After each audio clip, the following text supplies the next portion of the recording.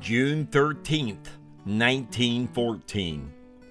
It was a fairly ordinary early summer day in southeastern Ohio. Even though it was a Saturday, the wheels of commerce continued to turn, with farmers working their farms and people traveling for business and pleasure. At that point in time, many people traveled by train. With the roads being mostly unpaved, the railroads were the prime movers of the day and served many villages and towns, both large and small.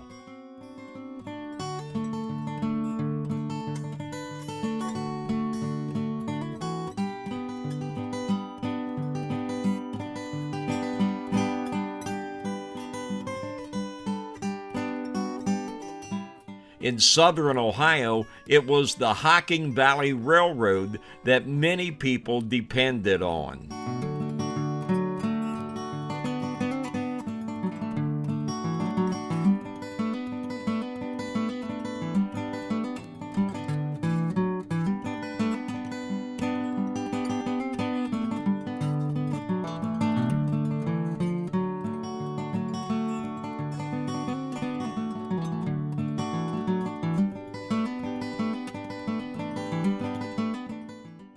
On this particular Saturday, Hocking Valley Railroad passenger train number 134 was southbound in the late afternoon from Logan, heading toward MacArthur and points south.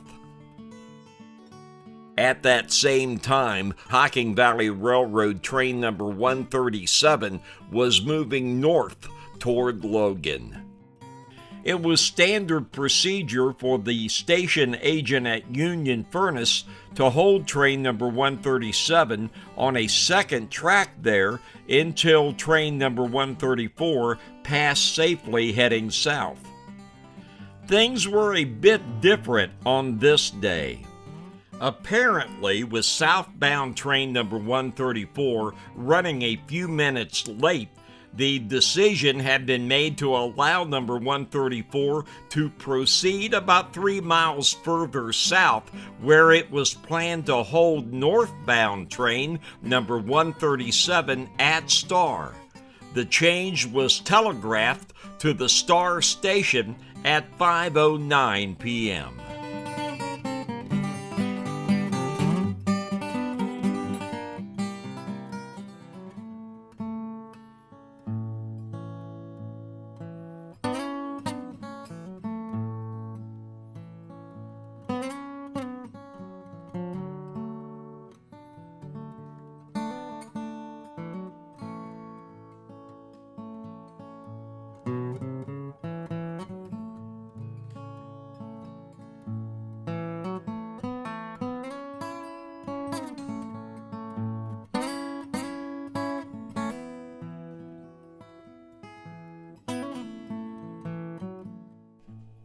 The Starr station agent, H.L. Bing, was a busy man on this Saturday.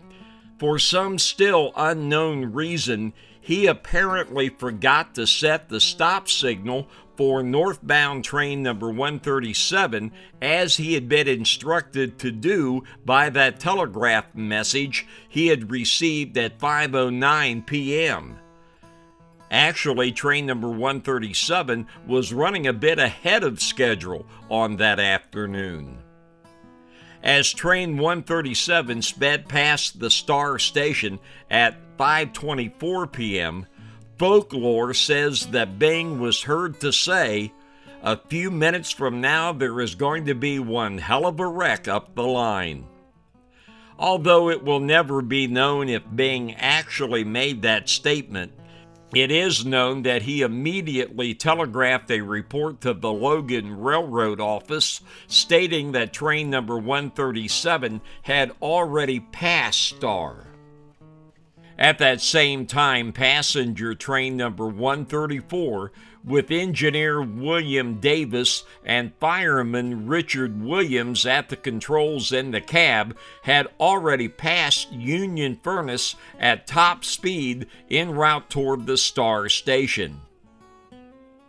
At 5:30 p.m., the two trains, both running at high speed, met on a curve known as Cagg's Bend on a small trestle. The curve hid the trains from each other until almost the point of impact, leaving no time for emergency brake application. The substitute engineer on train number 137, George Schaefer, who remarkably survived with serious injuries, told a physician, "It happened so quick. I don't know what I did. I didn't get any order to stop at Starr. The block signal was clear track ahead.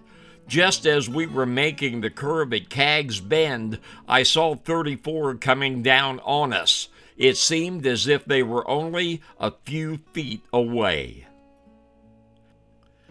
News reports at the time indicated that more than 60 were injured, but apparently only one of the 60 to 70 total passengers was seriously hurt.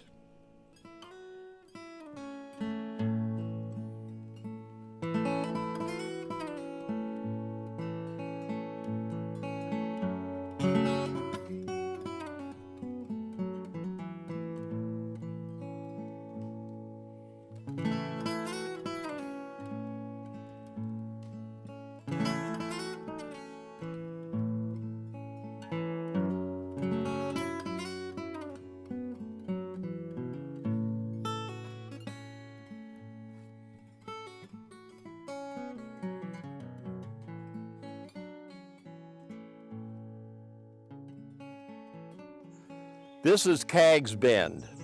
This is where the two trains met on that Saturday evening. As you can see, it's a curve, so they were blocked from each other. The one engineer who survived said he didn't see the other train until it was just a few feet away. The trestle was right behind me where they met. In the photos, you can see the one engine is lying just about where I'm at here. It was here almost 105 years ago that 5 train crewmen lost their lives.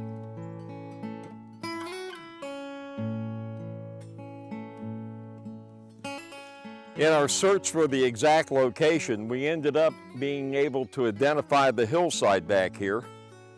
And between that and some good folks who live right here, we were able to pin down the exact location where this accident occurred.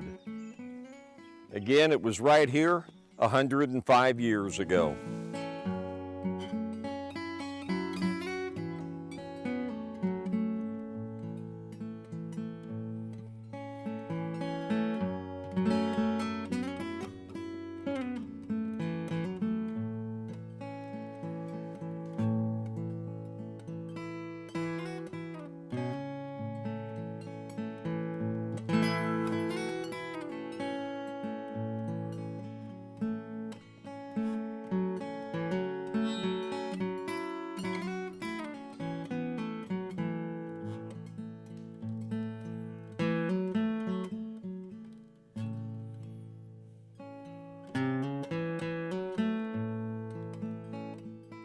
After a complete investigation of the accident, no one was held accountable. H.L. Bing continued on as the Starr station agent.